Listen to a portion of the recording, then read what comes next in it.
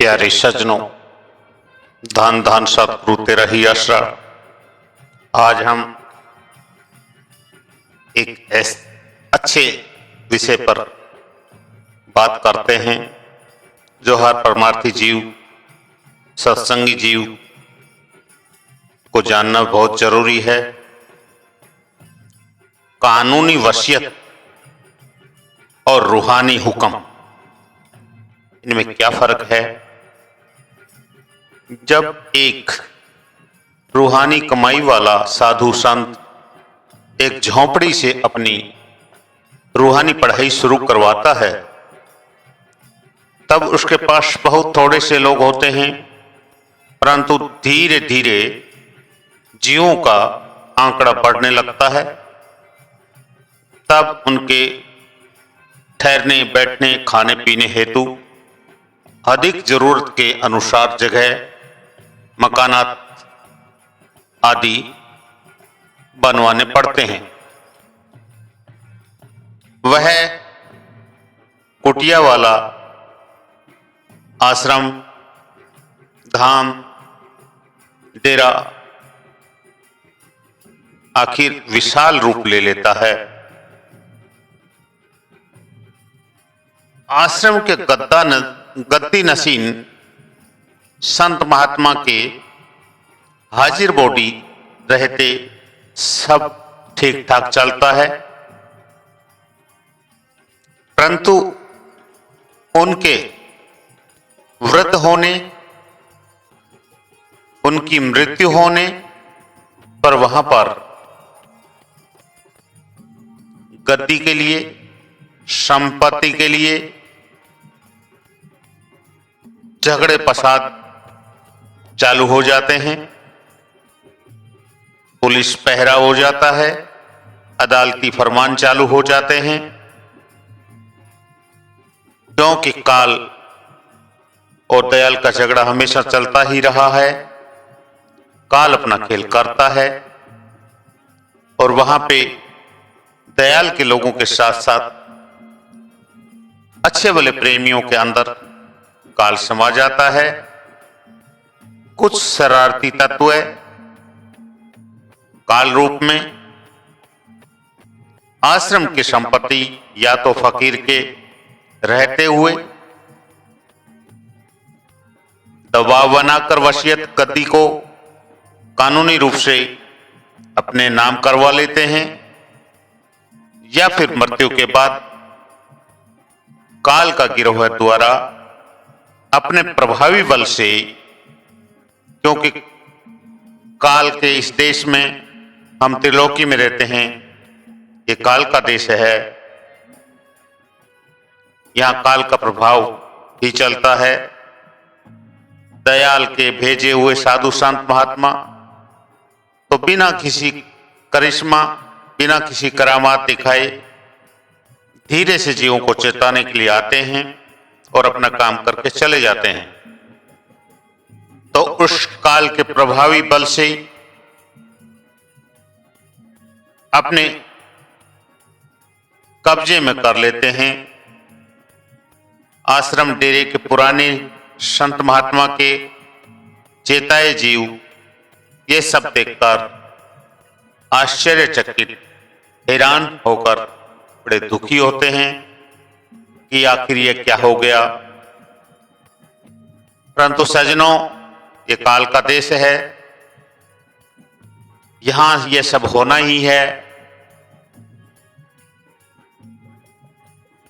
मुर्शिद ने हम लोगों को शांति, प्रेम, भाईचारे का पाठ पढ़ाया था, ना कि खून खराबे का। भजन सुमरन करो, सबसे प्रेम करो, आखिर चलना है। ये पाठ सभी संत महात्माओं ने अपने शिष्यों को, अपने सत्संगियों को, अपने परमार्थियों को सिखाया। तो ये सब अपने वचनों में बंधे होते हैं, ये अपनी लाइन नहीं छोड़ सकते। परंतु दूसरी तरफ तस्वीर यह उभर कर आती है कि जब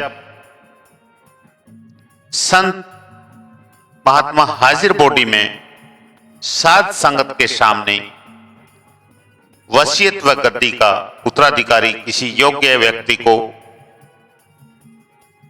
जिंदा रहते हुए नियुक्ति कर दें या साध संगत के आगे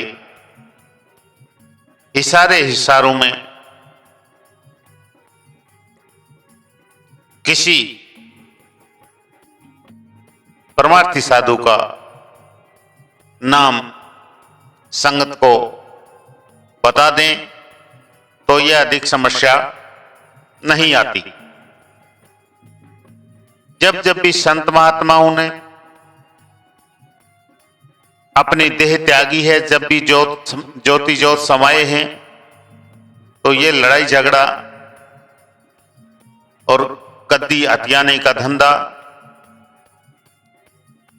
और उस संपत्ति के लिए लोभ लालच के चक्कर में, अपने अहंकार के चक्कर में, अपने नाम के चक्कर में, ये हमेशा होता ही रहा है। ये कोई नई चीज नहीं है। रूहानियत में अपने मुर्शिद द्वारा बख्शिश जिसको भी मिलती है वह परमार्थी भूले जीवों का आवागमन मिटाने का सच्चा सौदा रखता है। वह जीवों को 84 से पार लंघा सकता है। इसी को रूहानी हुक्म कहते हैं। मुर्शिद के रूहानी हुक्म के बिना जो भी घटनाक्रम होता है वह सही नहीं है, वह काल की शरारत होती है। वह हमें चढ़ाई की तरफ नहीं, वह हमें खड्डे की तरफ फेंकती है, हमें नीचे की तरफ उतारती है, हमारे लिए नुकसानदायक है। एक स्थिति वह है जब जबरदस्ती से वसीयत पर आश्रम के संत महात्मा के साइन करवा लें, यानी वसीयत व गद्दी अपने त्रिलोकीय दावपेच से जबरन हासिल कर लें, अपना कब्जा कर लें। वह इस नाश्वर संसार की अदालत में तो सही रूप से कानूनी वसीयत है, परंतु मुर्शिद के बिना हुक्म के वह जीवों को उद्धार करने की अनोखी ताकत से खाली होता है।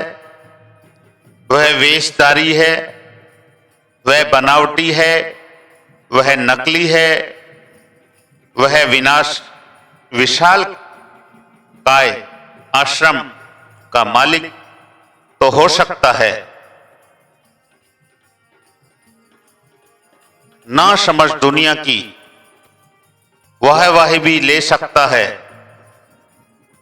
भीड़ भी इकट्ठी कर सकता है, परंतु जब खुद खाली हो तो दूसरे को क्या दे सकता है। ऐसे लोगों का अंत पूरा होता है तथा संपर्क वाले सभी के जीवन को भी बर्बाद कर देता है। ऐसे पाखंडी लालची वेशधारियों से होश के तो बचो। सतगुरु से विनती करो, प्रार्थना करो कि हे मालिक दया मेहर करके किसी कामिल फकीर के हवाले कर दो। पुराने प्रेमी ऐसी स्थिति में मुर्शिद द्वारा बताए गए भजन सुमरन को करो, उनके बताए मार्ग पे चलो। मुर्शिद हमारे अंग संग शब्द रूप में हमेशा थे और रहेंगे और हमारी 84 लाख योनियों से हमारा पीछा छुटा करके हमारा आवागमन मिटाएंगी। अगर किसी नकली के हत्थे चढ़ गए तो फिर वहां कुछ मिलने वाला नहीं है, क्योंकि वो खुद अधूरा है तो हमें क्या दे सकता है। जो डूबा हुआ है वो दूसरे को क्या तैयार सकता है। किसी ने कहा भी है कि अंधा गुरु अंधा चेला, फिर नरकों में धक्कम धकेला। उस काल में के जीव, उस काल के हवाले जाने से हमें क्या फायदा है। अगर एक कॉलेज की जिसमें बच्चे पढ़ते हैं, डिग्रियां लेते हैं, बहुत बड़ी बिल्डिंग, विशालकाय बिल्डिंग, कई मंजिल की बिल्डिंग, बहुत सुंदर बिल्डिंग है, परंतु वहां पे अगर पढ़ाने वाला शिक्षक, लेक्चरर अगर अच्छा नहीं है तो उस बिल्डिंग का क्या करें। तो ऐसे ही अगर किसी विशाल का डेरे आश्रम में अगर कोई कामिल फकीर नहीं है तो उस डेरे का हम क्या करें। कामिल फकीर तो एक झोंपड़ी में भी हमारा बेड़ा पार कर सकता है। परमार्थी जीव अब अपने भले का सोचें, अपने मुर्शिद के बताए मार्ग पर चलें, भजन सुमरण करें, यही हमें पार लगाएगा। बाकी तो त्रिलोकी में ये काल का खेल है, काल का खेल हमेशा चलता रहा है। ये देश उसका है, इसको कोई रोक नहीं सकता। जिसको आगे का खजाना लेना है वो अपना भजन सुमरण करे, अपनी नेकी पे चले, अपना वतन चले। धन धन सतगुरु तेरा ही आसरा।